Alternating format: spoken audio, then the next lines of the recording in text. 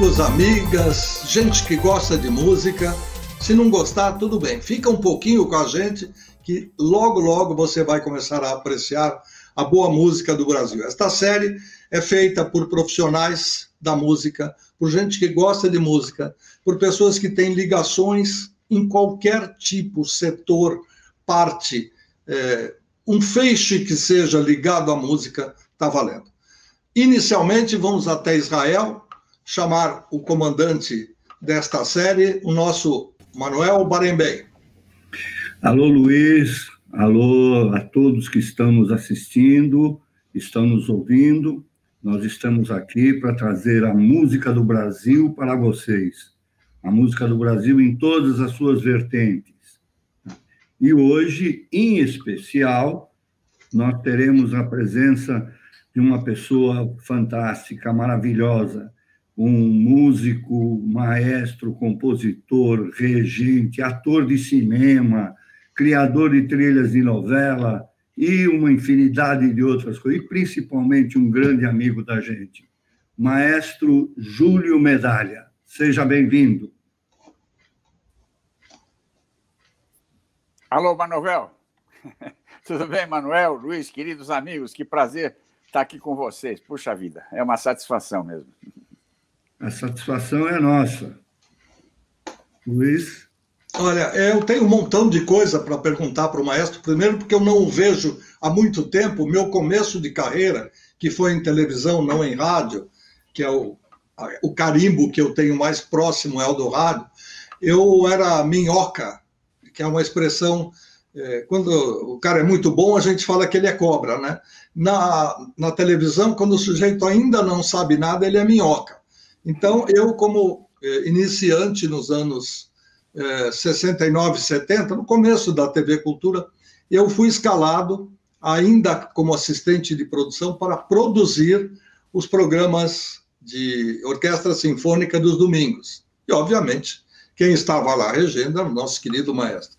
A gente se esbarrou, chegou perto, eu tinha o diretor de TV, Irineu De Carli, que sabia bem como manejar as coisas, então às vezes eu falava, corta para fulano, ele falou, calma, vai ter aqui um prato que vai... E estava tudo mais ou menos coordenado e a câmera tem que estar em cima disso. Depois disso eu encontrei o maestro em algumas oportunidades da minha carreira, mas eu vou deixar para você, Manuel, fazer a pergunta, o pontapé inicial, porque o resto a gente vai tranquilamente perguntar para o maestro.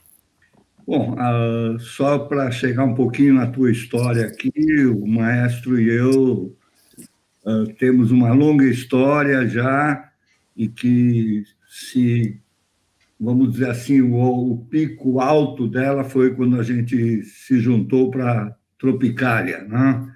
E foi um momento especial para todos nós, e principalmente para mim. Eu tenho uma afinidade com o Júlio, acho que a gente sempre se entendeu, seja pessoal, seja profissionalmente, a gente sempre chegou e as coisas se encaixaram.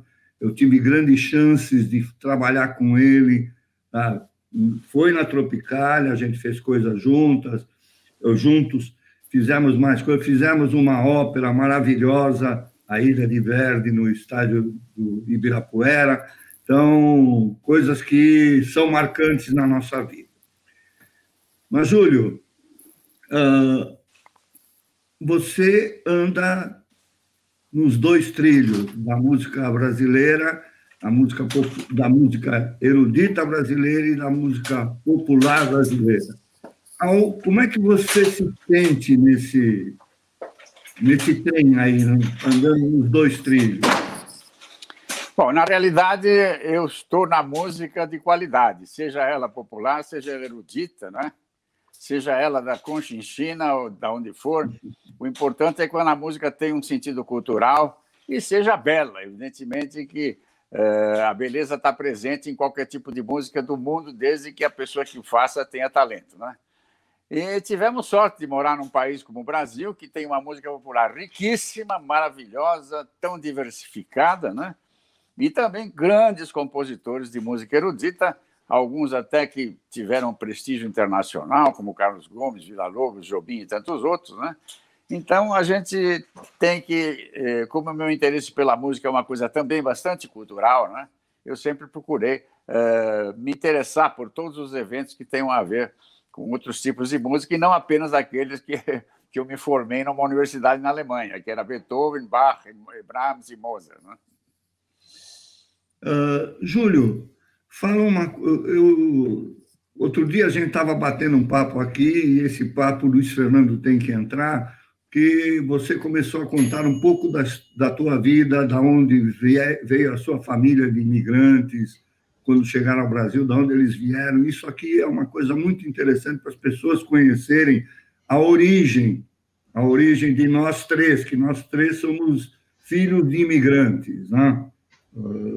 Então, acho que isso aqui, para quem é imigrante ou filho de imigrante, é uma coisa muito marcante, muito legal. Bom, eu nasci, devia ser vizinho teu lá, não é? Porque o meu pai nasceu na rua Júlio Conceição, lá no Bom Retiro, que é uma espécie de Israel aqui em São Paulo, no Brasil, né? Mas depois chegaram esses oriundos judeus de várias partes do mundo aí vendendo gravata, né? A prestação, aliás, hein? E quando ele ia cobrar a segunda prestação, eu já aproveitava e vendia uma segunda gravata para a pessoa, né? O que é uma maravilha aquela gente, né? E, felizmente, essa colônia foi tão maravilhosa para o nosso país, assim como a nossa dos mafiosos italianos aqui, né? Na realidade, meu avô nasceu no Bom Retiro. Meu avô nasceu na Itália, mas fez carreira no Bom Retiro, onde depois os judeus tomaram conta. Hoje, depois de algum tempo, foram os coreanos e hoje são os bolivianos que estão lá, né? Mas aí, felizmente, as nossas famílias progrediram bastante, foram para outras plagas e povoaram a cidade de São Paulo. Meu avô veio para Lapa, onde ele veio dirigir aqui uma espécie de filial da inglesa, que era a Companhia de Estrada de Ferro, né? E aí ele fincou raízes aqui na Lapa, onde ele teve 14 filhos, né? E é uma coisa maravilhosa, foi um velhinho de uma dignidade fora do comum, que veio lá do sul da Itália, lá da Calábria, de uma cidadezinha que ficava incrustada nas montanhas lá de Cosenza, que é a capital da Calábria, atravessou aquelas montanhas todas, entrou num navio e foi para um continente que ele não tinha a menor ideia do que seria e conseguiu montar uma família aqui com maior dignidade, 14 filhos, todos foram absolutamente corretos, nenhum deles deu uma escorregada fora do normal, né? E assim foi indo. O único artista da família fui eu, por uma razão muito simples, até por um acidente que aconteceu na minha casa, quando a minha mãe contratou uma empregadinha que tinha um violino. Aí eu comecei a brincar com o violino e achei bonito aquela caixinha sonora. E aí fui me interessando, e aí fui fazendo estudos maiores, até que eu cheguei a um ponto em que resolvi ser profissional. Meu pai queria me matar. Ele falou, não, música não dá futuro, não tem futuro, tal, etc. Vai ser médico, engenheiro, qualquer coisa assim, daquelas profissões nobres da época, né? Mas eu insisti e consegui depois, então, o aval dele e pude estudar na Bahia, no início, onde existia um professor Kohlreuter, que era um alemão muito importante, que passou pelo Brasil, e em seguida fui, então, estudar na Alemanha, onde eu me formei na Universidade de Freiburg. Então, sempre me interessando pela música popular brasileira, até que, na época, cheguei depois, quando voltei da Europa, a escrever muitos artigos sobre música brasileira popular, né? Cheguei a preencher o movimento o suplemento literário inteirinho do jornal Estado de São Paulo, uma vez com um artigo sobre a Bossa Nova, que eu achei que estava tendo muita confusão na área. Então, eu fui esmiuçar tudo, das harmonias aos ritmos, dos cantores aos compositores, dos arranjos, até a capa de disco. Eu comecei a analisar e tudo, e foram 6 páginas da Bossa Nova. Depois, com o tempo, numa hora, num acidente especial, quando eu escrevi uma música para uma peça de teatro para Cacilda Becker e para o Valmor Chagas, apareceu lá um baianinho lá que gostou muito da trilha sonora, falou com o Manuel Barenboim, que era o grande produtor, aliás, o maior produtor de disco que já aconteceu no Brasil, e aí eles me visitaram lá no bar onde eu vivia, e aí, então surgiu uma relação mais íntima com a música popular brasileira, já fazendo um arranjo que até hoje em dia o pessoal comenta que na época teve algum significado, né? E sempre com o Manuel Barenboim conduzindo a gente como um verdadeiro produtor de música. Assim como nos Estados Unidos existem aqueles grandes produtores de cinema que produzem tudo, né? que produziram, inclusive, o pessoal criaram gerações de grandes diretores. A gente pensa que eram os diretores que faziam tudo. Não. Era o produtor que ia lá, contratava o cara, contratava o cineasta, contratava o ator, contratava o montador, tudo, e supervisionavam tudo. Depois, quando o filme ia para o ar, evidentemente, os atores brilhavam mais, o diretor ficava mais... Eles eram os grandes produtores que fizeram Hollywood. Assim como também na área musical tem isso, lá nos Estados Unidos, né? Na Europa também. Os grandes produtores que sabem como tirar tudo de dentro do talento de um artista, né? Eu só conheço no Brasil um com essa dimensão, que hoje está aqui na nossa videoconferência, o grande Manuel Barabai. Eu vou pedir licença, Manuel. Antes, se você começar a falar dessa parceria, vai até o fim da live. Eu só preciso fazer, só por uma questão cronológica, uma pergunta. Por que o maestro foi parar em Freiburg? Meu querido Luiz, eu, como bom italiano como você, de origem, nós somos muito inspirados, muito alegres, muito histriônicos, né? Muito bagunceiros também não respeitamos tantas leis, né? O latino é uma figura muito curiosa, ele tem um talento gigantesco, né? Tem suas características de personalidades que, às vezes, são muito curiosas. Eu fui para a Alemanha exatamente para procurar o outro extremo, né? Para tentar me integrar naquela disciplina dos alemães, que é uma coisa absurda, né? Uma coisa que você... No início, eu tive grandes problemas de relacionamento com todo aquele pessoal, né? Para ver se eu podia exatamente combinar essa espontaneidade latina maravilhosa, inspirada, né, com a disciplina tedesca, né? E deu certo, eu cheguei até estudar um bom tempo lá, me formei na Universidade de Freiburg, regi a orquestra da Universidade de Freiburg, depois fiquei com uma boa relação com os músicos da Alemanha, tendo até músicas minhas gravadas pela Filarmônica de Berlim. A pergunta tem uma razão de ser. Eu, em julho de 1985, resolvi fazer um tour com o meu afilhado de casamento. Ele morava em Londres e estudava lá. Fui encontrar com ele, comprei o tal do Eurail Pass, aquele passe que permite 28 dias de passeio pela Europa, e fui indo. Para num lugar, desce, dorme no trem, etc, etc. De repente, eu parei na Alemanha. O trem chegou. Eu não tinha o do timetable, que era aquele livro que dizia certinho a hora de partida e tal. Ainda não tinha conhecimento da existência dele e não tinha comprado, consequentemente. Aí eu parei na Alemanha e fui visitar a casa de Goethe. Assim que o trem saiu, parou na estação, eu saí e falei, bom, vamos lá visitar a famosa casa de Goethe, que todo mundo fala e tal. E ali eu ligo para um amigo meu que supostamente estaria visitando uma tia em Mannheim, que fica a 1h40 de trem dali. Aí ele falou, olha, eu estou aqui em Freiburg.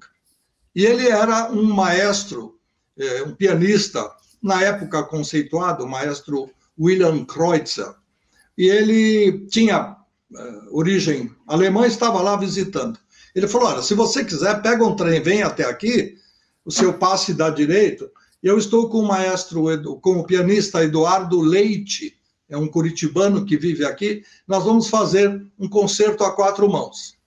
Aí eu fui, visitei Freiburg, conheci a região, Mannheim e Freiburg, porque a tia dele morava numa das cidades citadas, e por acaso o meu passe não me deixava ficar muito tempo no mesmo lugar, senão eu não poderia fazer o tour pelo resto da Europa. E aí não deu tempo de assistir ao concerto. Mas Freiburg ficou na minha consciência, na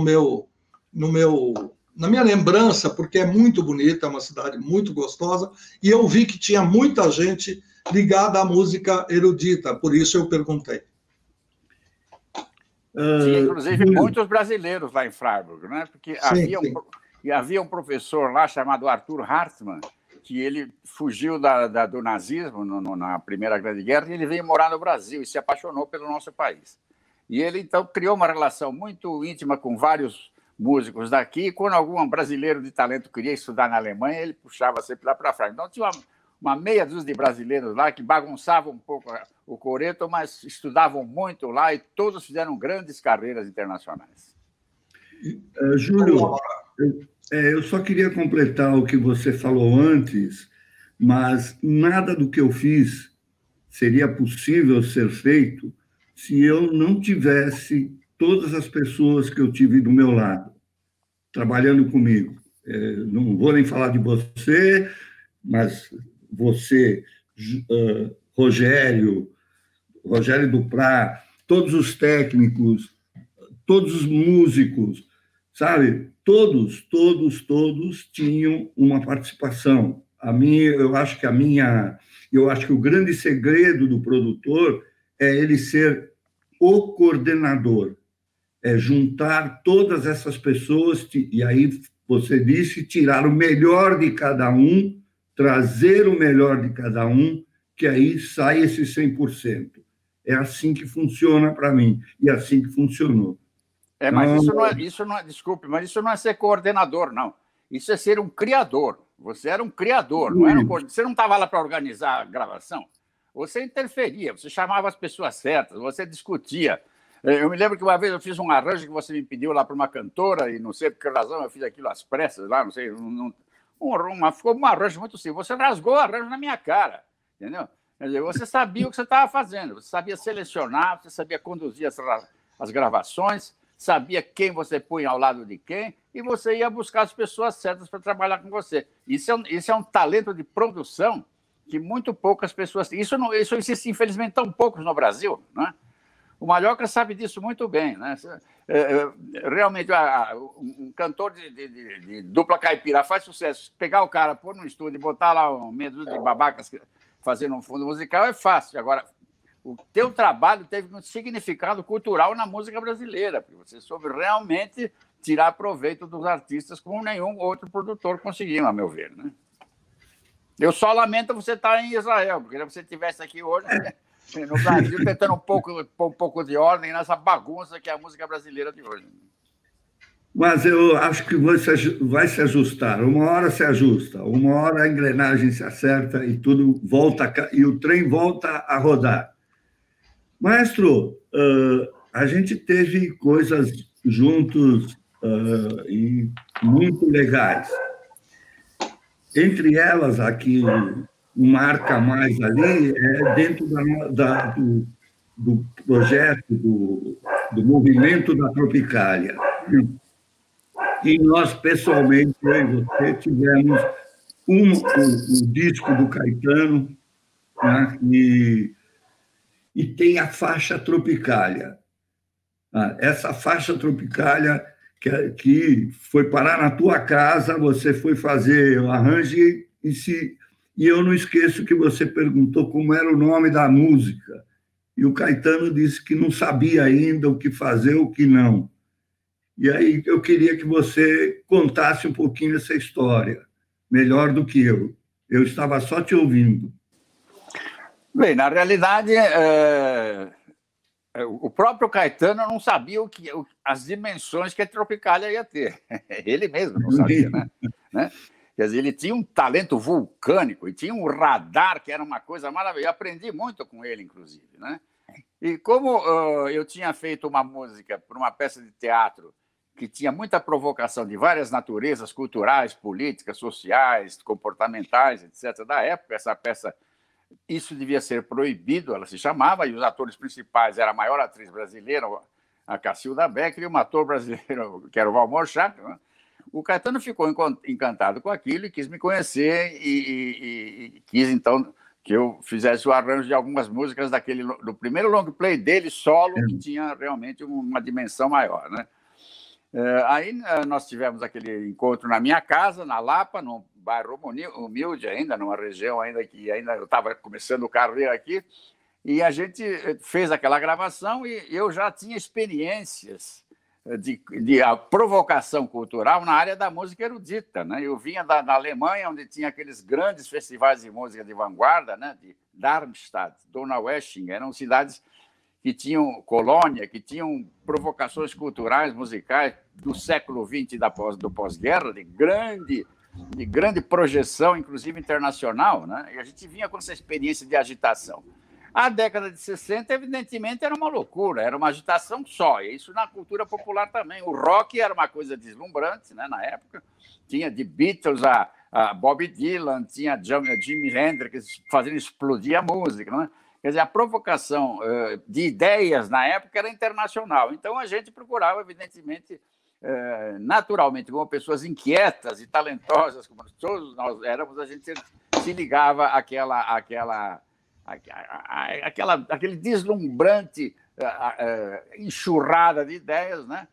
Dentro de um contexto e dentro de uma realidade brasileira. E conseguimos, de fato, alguma coisa fazer no sentido em que a música popular brasileira, naquele momento, deixou de ser apenas um cancioneirismo linear, né? Ela tinha tantos componentes que ela provocava todas as áreas sociais do país, né? Inclusive políticas, né? Os milicos ficavam desesperados. Cada vez que o Chico Buarque, o Caetano, ou qualquer um desses aí lançava uma música, eles não dormiam. Embora nunca se tivesse... Eu nunca vi Gilberto Gil e Caetano Veloso falar armas para as pessoas, vamos fazer revolução, ou a terra deve ser do povo. Nunca vi nada disso. Quer dizer, havia, na realidade, na música daquele momento, sobretudo no tropicalismo, uma mensagem política intrínseca, né? Ela era passada através da linguagem e não da língua, né? Que deixava realmente o pessoal enlouquecido, né?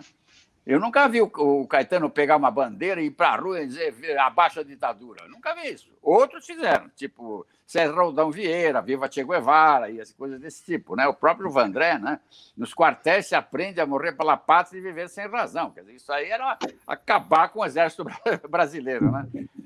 A Tropicália não tinha nada disso. A Tropicália falava em Água Azul de Amaralina e o outro falava o rei da brincadeira José. Só esses dois foram presos.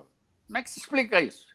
É porque na música deles tinha uma mensagem subreptícia, que eu digo, através da linguagem e não da língua, que os milicos não souberam perceber, né? Mas souberam que lá é que estava o perigo. Tanto é que prenderam os dois e o Vandré não foi preso, o Chico não foi preso, ninguém foi preso, mas o Caetano e o Gil foram presos, né? Inclusive, quando o Gil e o Caetano foram soltos, eu e o Rogério Doprat pegamos o nosso Fusquinha, né, e fomos até Salvador visitar os dois, né?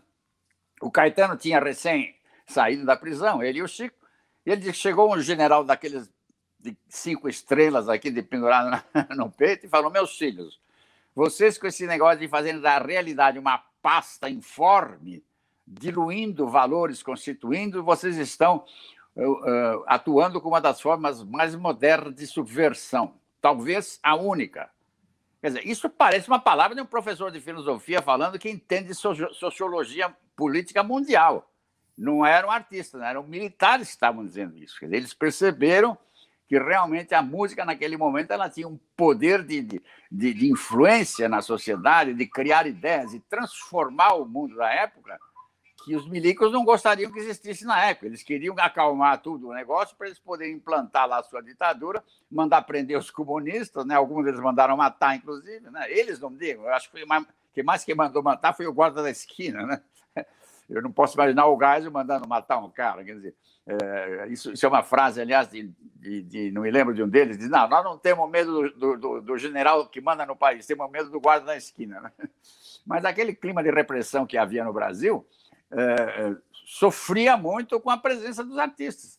Na realidade, o artista musical, e toda essa geração que você conduziu para o disco, Manuel, essa geração, Gil, Caetano, Torquato, Chico, Jorge Benjor, todo aquele pessoal, esse pessoal é que fazia a área inteligente da música brasileira. O Jobim fazia a ala hipersensível. O Jobim chegava com um dedinho no piano, pam, pam, pedra é o fim do caminho, é só que pouque, totalzinha, toque, tonte, tonta, morte, pouque, tonte, tonta, só. Repete 50 vezes duas notas, e o Leonardo Feather, vindo dos Estados Unidos, diz: essa é uma das maiores músicas, uma das 15 maiores músicas do século. Quer dizer, isso aí só gênios, como Jobim, como Mozart, como Erik Satie, conseguiam fazer uma genialidade desse tipo.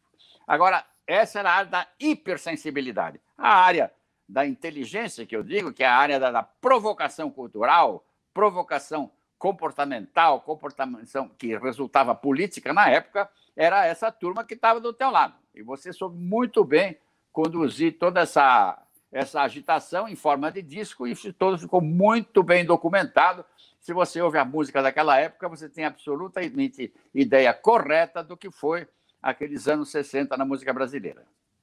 Agora, Júlio, se você olhar também, tudo que Caetano Gil, tudo que foi feito, não teria tido, vamos dizer assim, o boom que teve sem a presença de vocês, sem a presença de você, do Rogério, do Sandino Hagen, sabe? Do Cotzella. São pessoas que ajudaram a dar a cobertura para isso, que arrumaram essa história.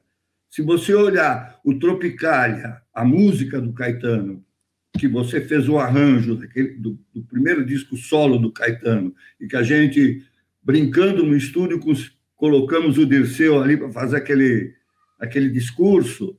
Não. Se você não tivesse criado isso aqui tudo, se você ouvir a música Tropicália só com violão, ela não tem o poder que ela tem com o que você criou.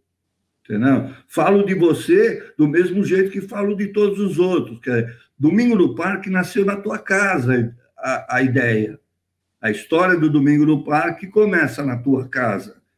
Você era para fazer o arranjo, só que você era também jurado do festival. Eu comecei a trabalhar aqui, aliás, eu cheguei a apresentar, inclusive, o Solano Ribeiro me falou, tem 3 moleques aí, muito doidos aí, que eu queria que você conhecesse, se chamam Mutantes, né?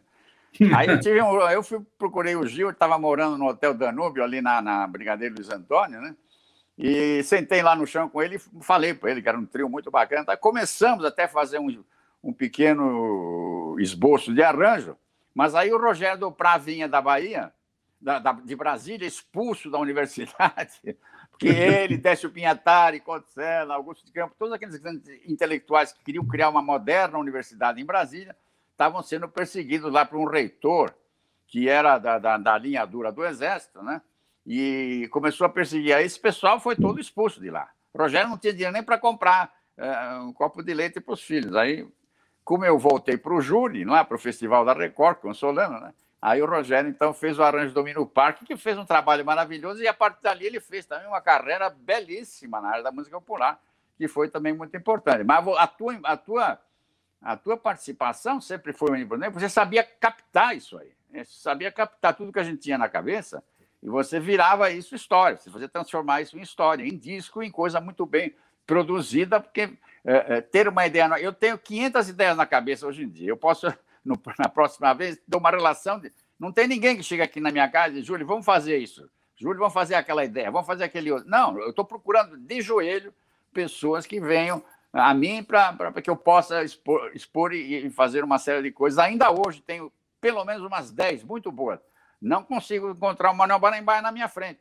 Por sorte, você tinha lá o pessoal que te admirava muito na Philips e que te dava força. Aí você fazia isso. Né?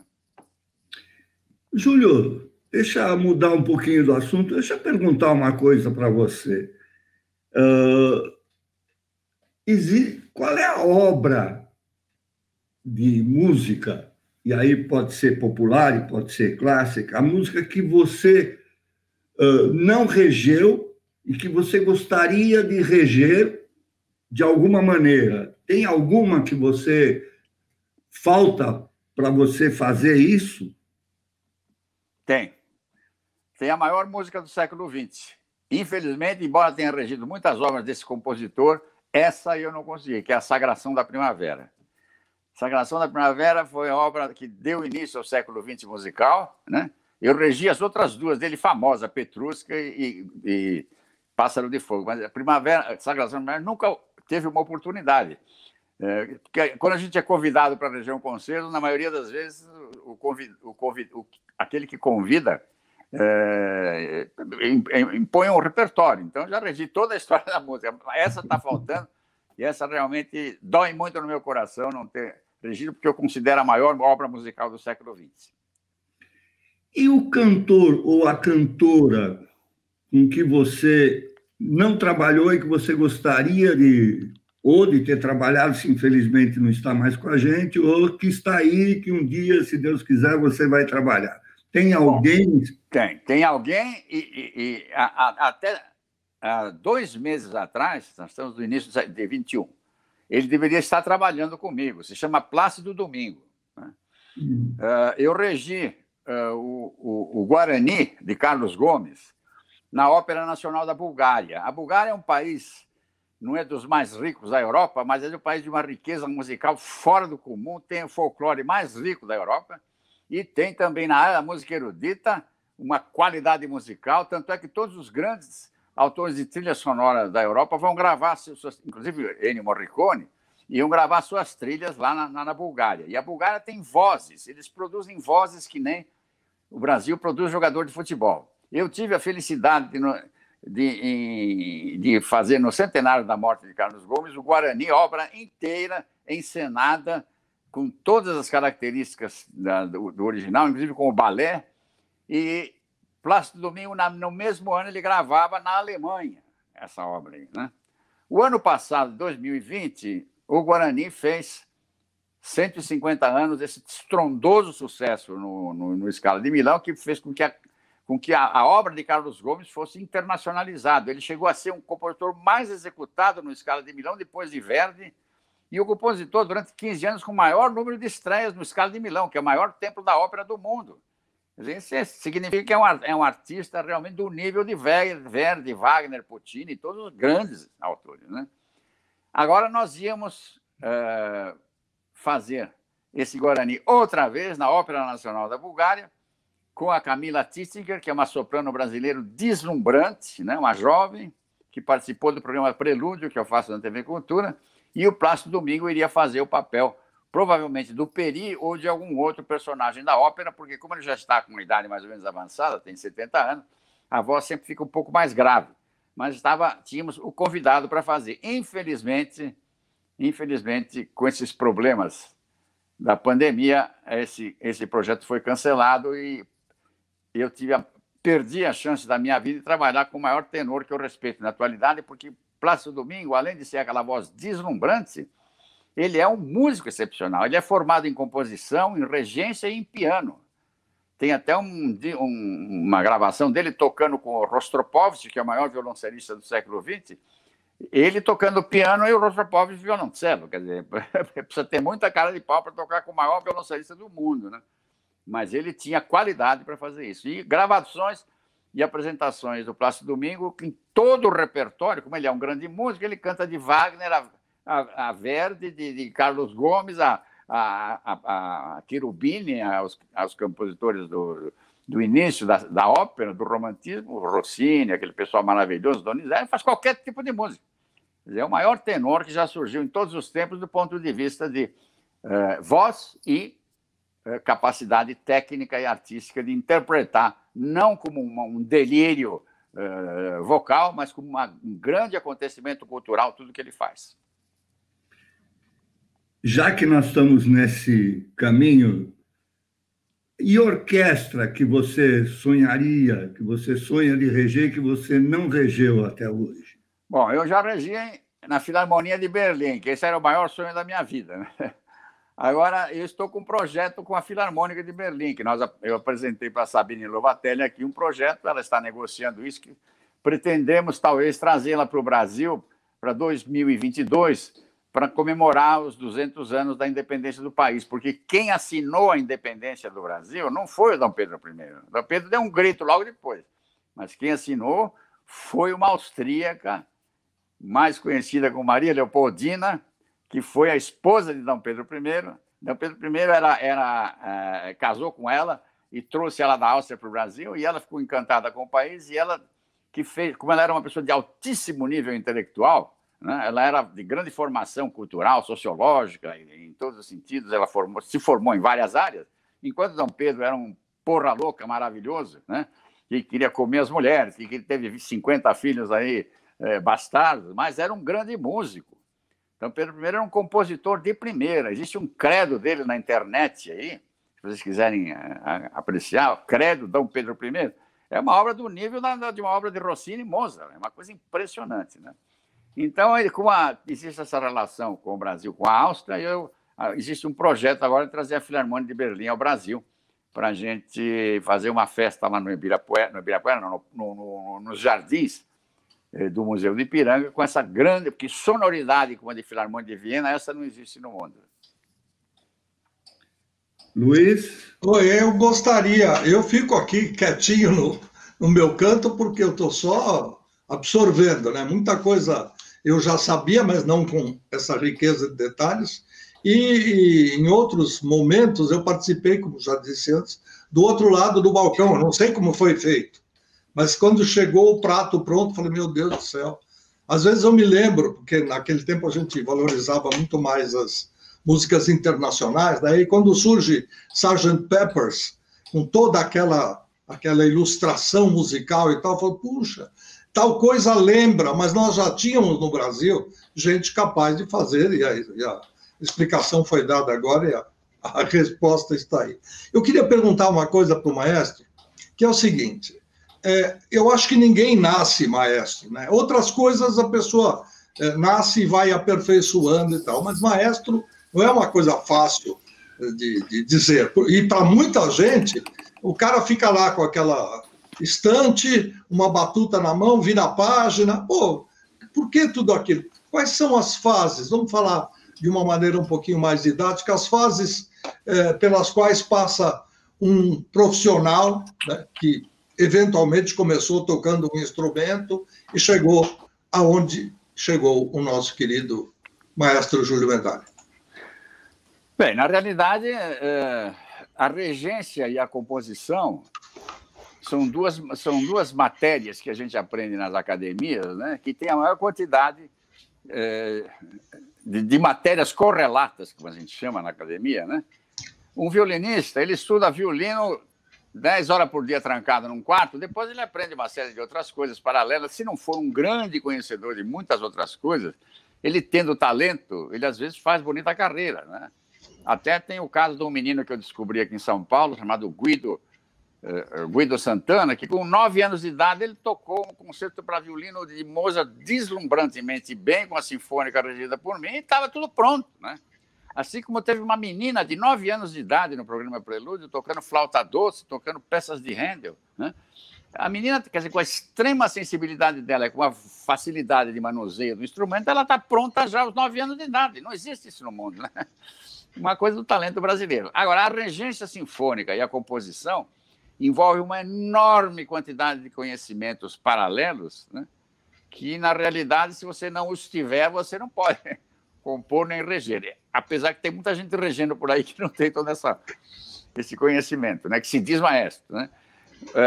Você precisa conhecer muito bem toda a área instrumental, né, para saber como é que funciona cada um dos instrumentos, nos mínimos detalhes, para você dialogar para o músico.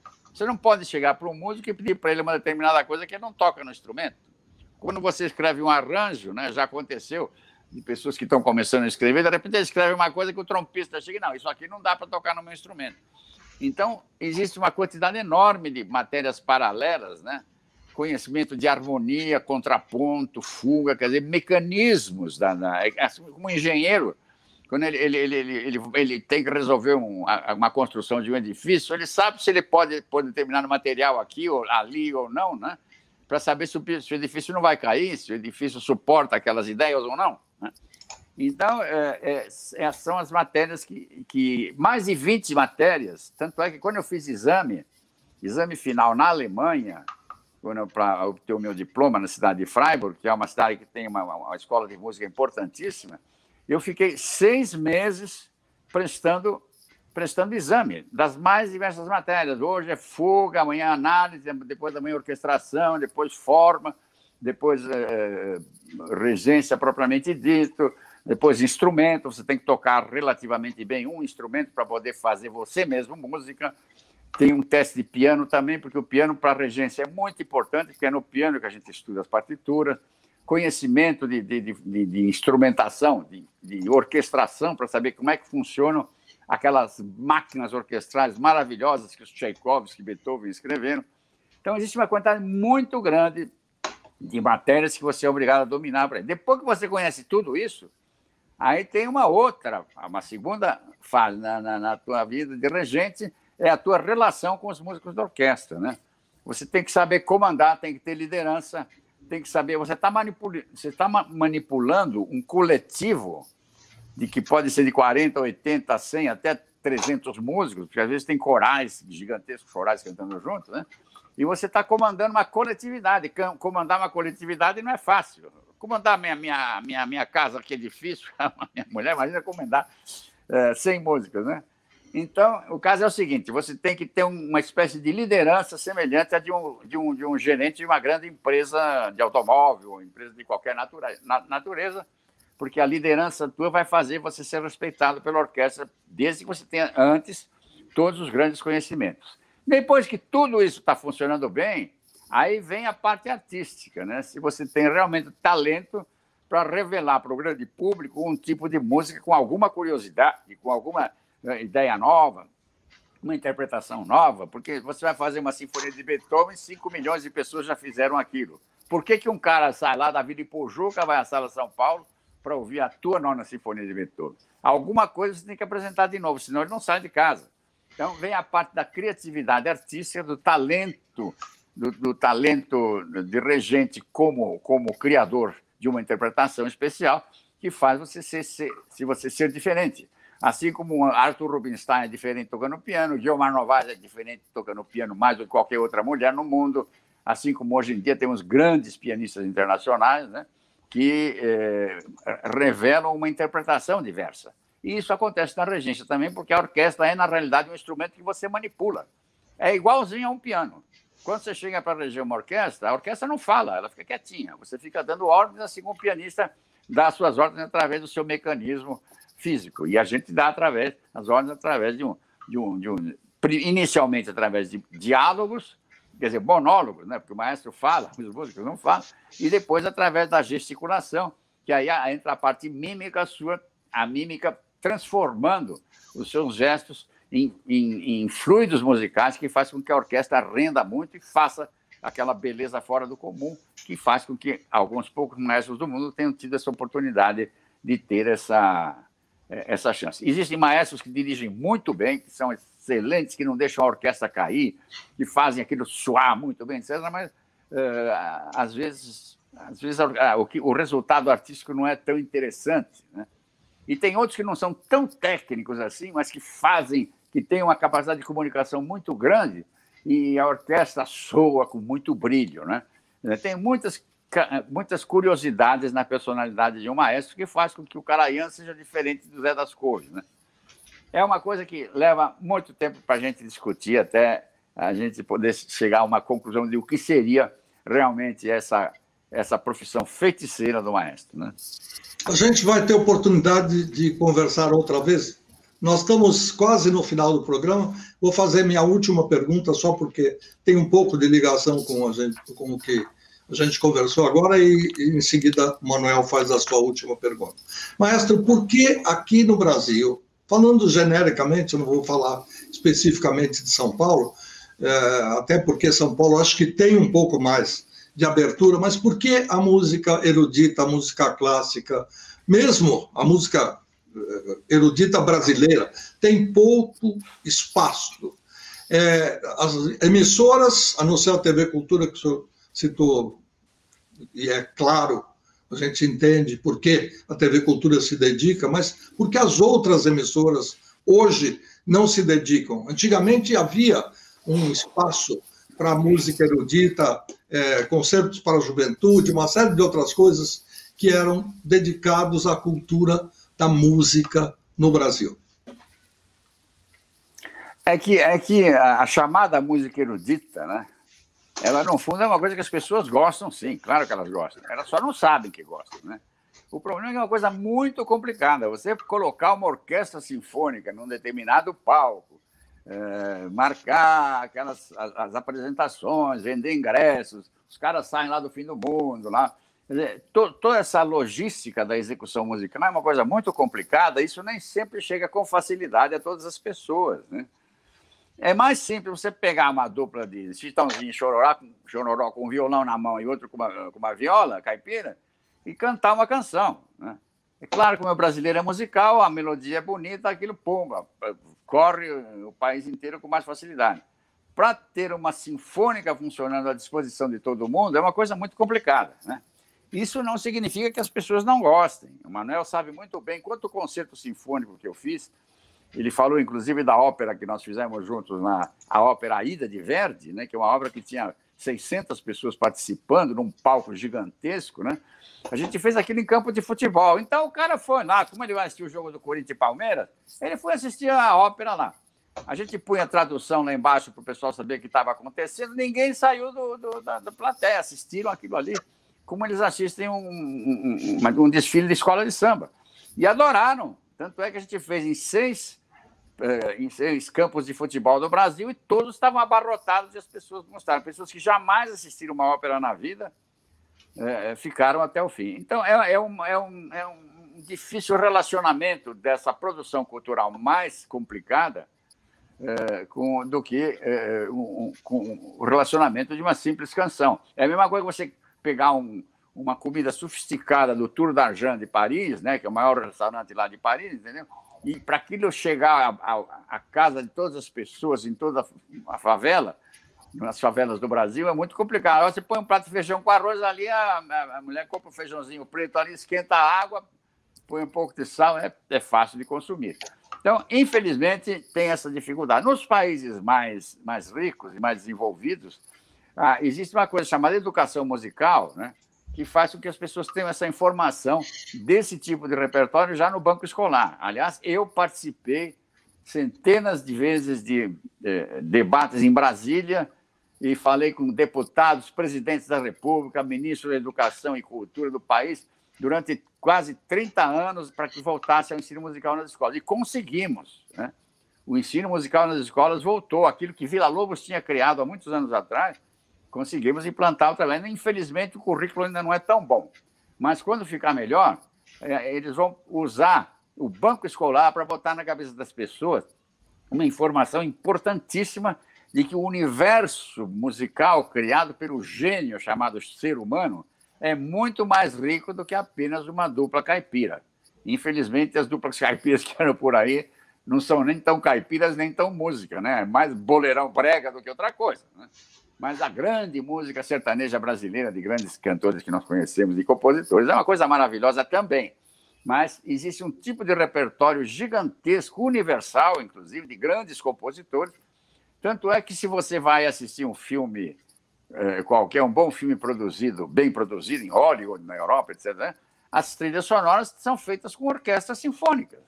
Nunca ninguém rejeitou as trilhas sonoras por elas serem feitas por sinfonia. Ao contrário, a falta de uma grande trilha sonora sinfônica faz falta no filme, né?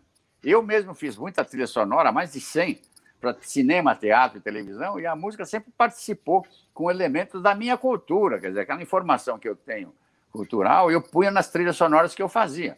Algumas com sinfônica, outras com grupos menores, né? Grande Sertão Veredas eu fiz para a TV Globo, com Walter Avancini, eram 25 capítulos. Aquela era uma trilha tão sofisticada porque ela tinha sonoridades não típicas da música europeia. Eram mais ruídos e sonoridades de instrumentos raros, roncadores, cuícas e pandeiros e coisas assim, porque aquele mundo medieval do Guimarães Rosa não permitia que se usasse violinos e flautas, né? E, no entanto, se você ouve aquilo no rádio, que ruído é esse estranho, né? Mas dentro de um grande contexto dramatúrgico, a música funcionou muito bem e ninguém rejeitou. Quer dizer, o público está disposto a ouvir boa música, apenas não é chegada a ele essa oportunidade de poder ouvir com a mesma facilidade uma sinfonia de Beethoven como ele ouve uma dupla caipira no rádio e na televisão. Aliás, na televisão não tem mais nada, né? Nos últimos 40 anos, desde os anos 80, acabou a música na televisão. A TV Globo, que é uma empresa que faz uma maravilhosa televisão, com aquela dramaturgia que é a melhor do mundo, não tem mais programas de show musical como tinha antigamente. Aparece uma vez ou outra lá, um cara no programa do Faustão, canta uma música e vai embora para casa, isso sim. Mas os grandes programas musicais da televisão, as rádios e televisões, tinham orquestras sinfônicas, com arranjadores como Radamés Ñátali, Cláudio Santoro, Guerra Peixe, que trabalhavam em arranjos para acompanhar os nossos grandes cantores, né? Isso, infelizmente, desapareceu e a música sumiu dos grandes meios de massa que nós temos no Brasil hoje em dia, com exceção das TVs culturais, que, evidentemente, são coisas excepcionais e mantidas pelo Estado, né? Júlio, eu queria assinar embaixo do que você falou, porque a educação musical nas escolas é básico para que a gente tenha, no futuro, sempre mais músicos, mais arranjadores, mais compositores, pessoas ligadas à música. Sem que isso seja dado à criança desde o começo, ela não vai aprender quando ela tiver 18, 19 anos, ela já vai estar naquilo que a moda colocou. Aqui é a criação, tem que começar desde pequeno. A falha disso aqui é lamentável, a gente ter passado todo esse tempo sem isso. Então, eu sou testemunha porque eu fiz canto orfeônico. Eu também. Aula de canto orfeônico. A nossa geração fez canto orfeônico, Vila Lobos. Então, falta isso. O Luiz falou de eu fazer uma pergunta, mas eu não vou fazer pergunta mais, Júlio. Eu vou convidar você para você voltar uma outra oportunidade para a gente continuar esse papo, porque a aula que a gente teve hoje é excepcional. Muito obrigado, mas muito obrigado mesmo por você estar com a gente aqui e poder falar de música do Brasil para todos os brasileiros que querem a boa música. Eu que agradeço, é um prazer estar com vocês, duas figuras também importantíssimas na nossa vida.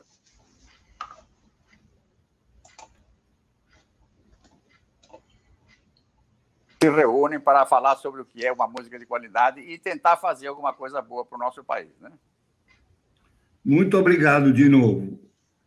E, eu só posso dizer que um dos meus sonhos, né, ainda que virtualmente, chegar mais perto e fazer as perguntas que eu queria fazer, eu já resolvi. Agora, o resto é ficar observando o seu trabalho na TV Cultura e aplaudindo do lado de cá como espectador, que é o pouco que a gente tem ainda de música erudita e, quiçá, a maneira de observar que tem um talento aqui, descobrir um novo talento lá e a televisão revelar esse pessoal. Obrigado, maestro, e até a próxima. Grande abraço a vocês. Prazer em estar com vocês. Júlio. Este é um abraço. Amigo. Vai. Um abraço. Luiz Fernando, até a nossa próxima, né?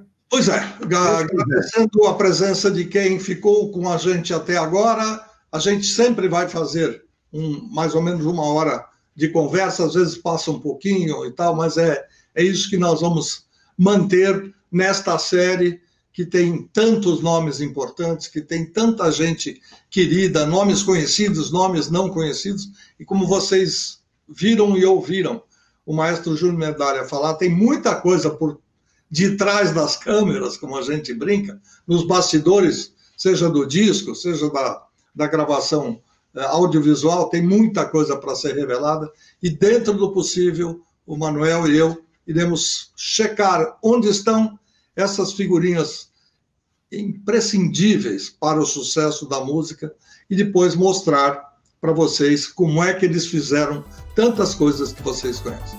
Manuel, obrigado, uma boa semana, que tudo corra bem por aí, e nós vamos agradecer o pessoal da maneira mais simples e mais singela possível, que é o que nós podemos fazer no momento.